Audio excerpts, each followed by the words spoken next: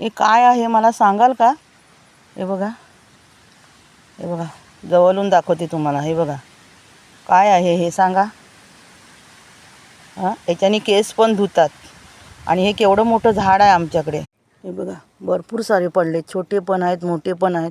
या पातेऱ्याखाली ना पडलेले असतात. हे बघा, हे बघा किती सारे. हे सायाचं पातेरं आहे ना त्याच्याखाली असतात. ते शोधावं लागतात, निवडून एकत्र जमा करून ठेवायला लागतात.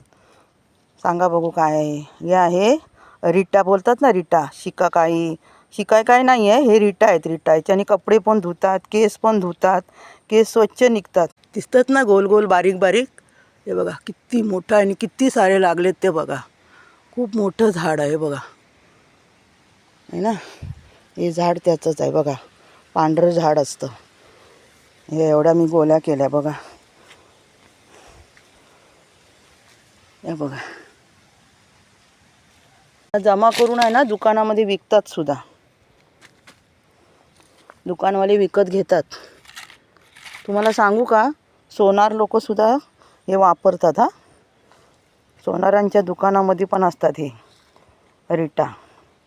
बघा किती गोळा केल्या मी, अजून किती असतील. हे बघा गुरांच्या पायाखाली पण दबून जातात. आहे की नाही सुंदर. काय नाही आहे कोकणात सांगा मला. प्रत्येक याचं झाड आहे. चिरपलाचं पण झाड आहे.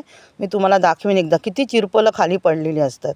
ती सुद्धा मसाल्यामध्ये टाकण्यासाठी दुकानवाले विकत घेतात.